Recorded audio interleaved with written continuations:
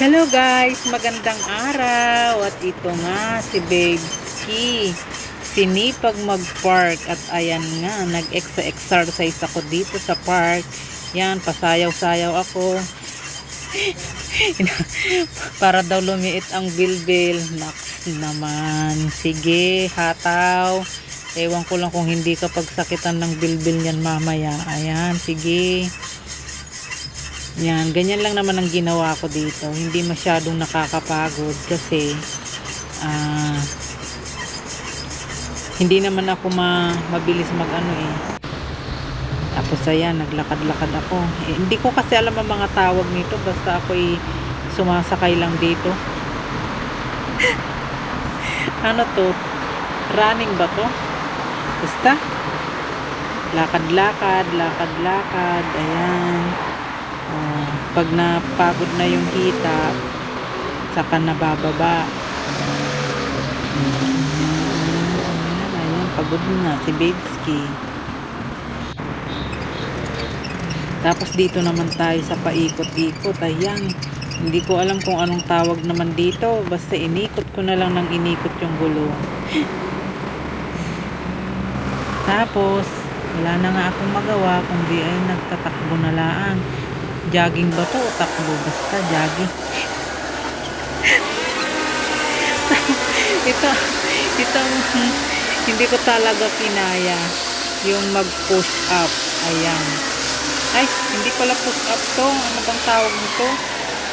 Yung ginaganon yung bewa mo. Ano bang tawag to?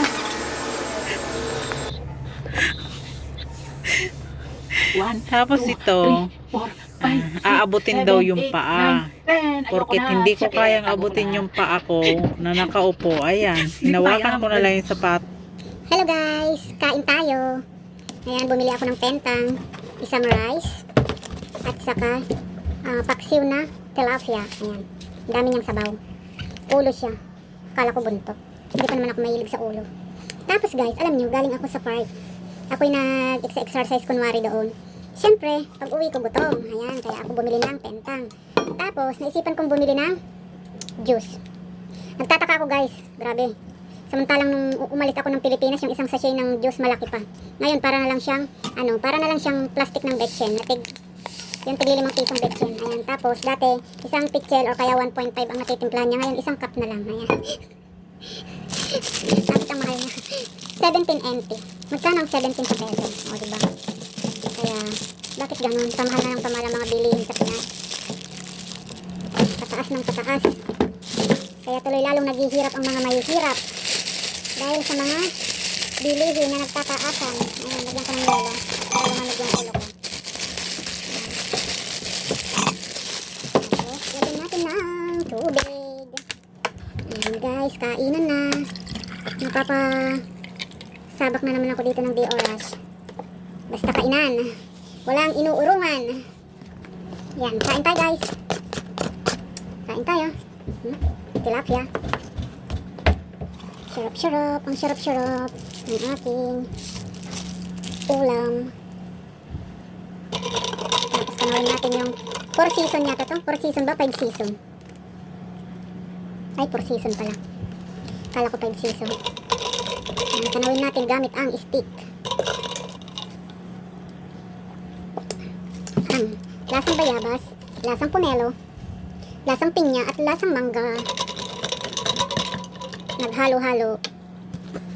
Kainan na. Tara guys, kain. Yan, pinagpawisan si Babeski. Kain tayo. Kain. Nakakatakot tong tilapia oh. Ang laki. Parang mas gusto ko yung tilapia maliliit kaysa sa malalaki. Ayan, tinatawag na si Jose. Jose? Hindi na mainit.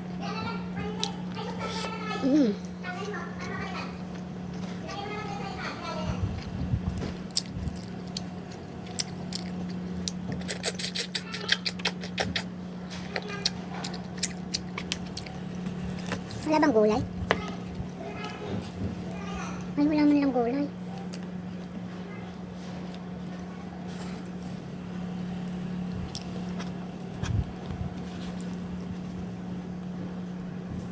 Bagong ano yan bagong exercise. Pero, wag ka. Pagdating lalamon.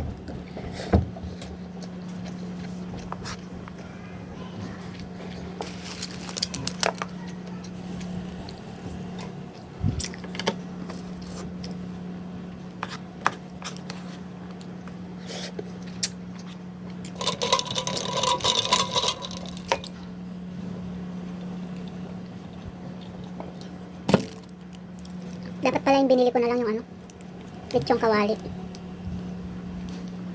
Tapos sausaw ko sa suka.